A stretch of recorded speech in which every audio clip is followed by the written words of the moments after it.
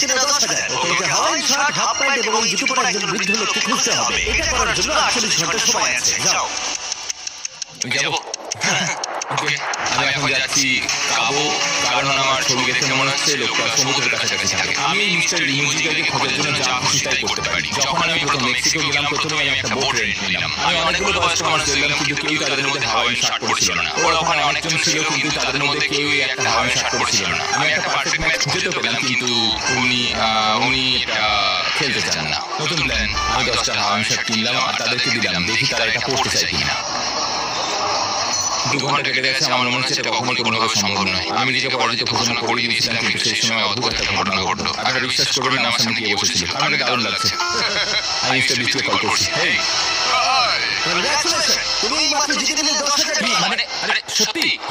আমরা কি হেলিকপ্টারে যাবো?